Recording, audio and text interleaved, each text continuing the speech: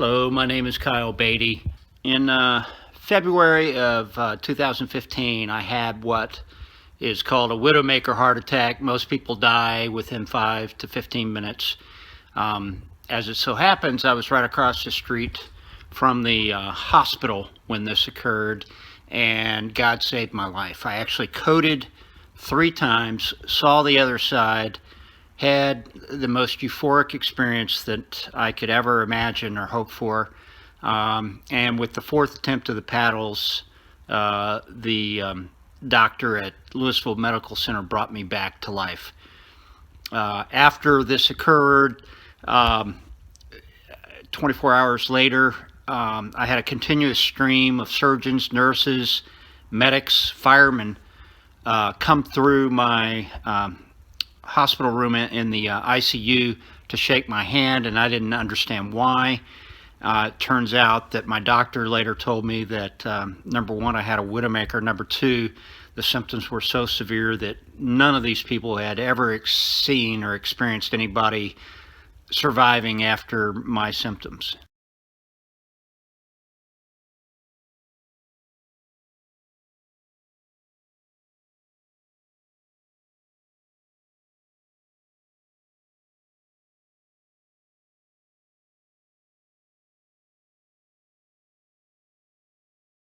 Turns out that the heart attack was caused by a blood clot.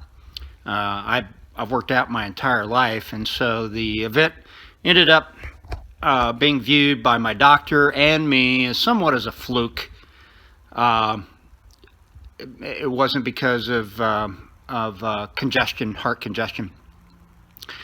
So fast forward a couple of years later, after getting a clean bill of health and after my doctor cycled me off of blood thinners, my family planned a trip to Costa Rica, and I was still doing rehab to be able to climb a volcano. And I know that sounds crazy, but again, I received a clean bill of health from my doctor, was all good to go. Ascended Mount Arenal, a volcano in Costa Rica, got to the top, and fortunately did not go down into the crater, which is what our original intent was. Did get our picture there, but did not descend. Ended up descending the volcano, which is a dormant volcano, by the way. Got to the base and had a second widowmaker heart attack. It wasn't just one blood clot this time, it was many. I was just laying down in the dirt ready to die because we were miles from civilization. And one of the people in our party, my friend's daughter, who now runs cross country at Texas A&M, took off like a rocket, went and got help, which arrived in the form of a little Costa Rican dude about 4 feet nothing on a 125cc with a bad carburetor. So I look over, I see this little motorcycle, and I think to myself, whatever. I can't even sit up. How am I going to get on the back of this motorcycle and hang on? Well, some random hiker picked me up, put me on the back. My friend Brad Hutcherson ended up running on the right side. His daughter Ashton Hutcherson, who's a track star at Texas A&M, ran on the left side, and my daughter ran behind. They kept me on this little motorcycle until they got me most of the way off the mountain. They transferred me to 4-wheel drive, then transferred me to an ambulance. At that point, my daughter and her friend Ashton were the only ones in the ambulance with me, and I started to code.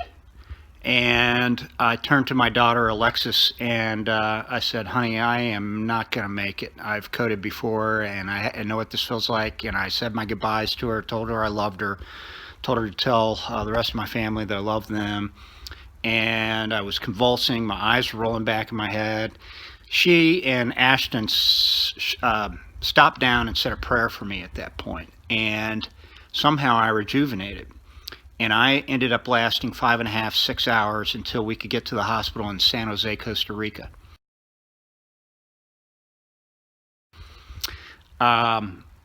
the doctors to this day have very little medical explanation for how I survived, and I attribute it to God answering the prayer of those two girls in that ambulance. So, because I'm a bearer of very little brain, I was a very avid motorcyclist, and I wasn't going to let these heart attacks stop me, despite the near-death experiences. And so I have always been, or was, a long-distance motorcyclist. We would go to Sturgis.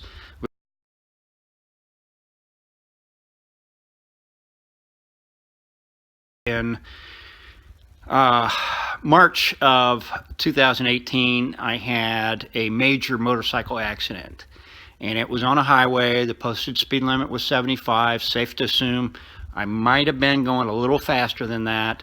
I was suffering from fatigue. We had a 4-hour diversion to Albuquerque, which had not been obviously planned on due to a bad motorcycle tire situation. And long story short, I was leaning over to the left of my motorcycle to check on a loose motorcycle part. Looked up, fatigue being a huge factor because I tend to hit a brick wall in the afternoons with my heart situation. I was off the road.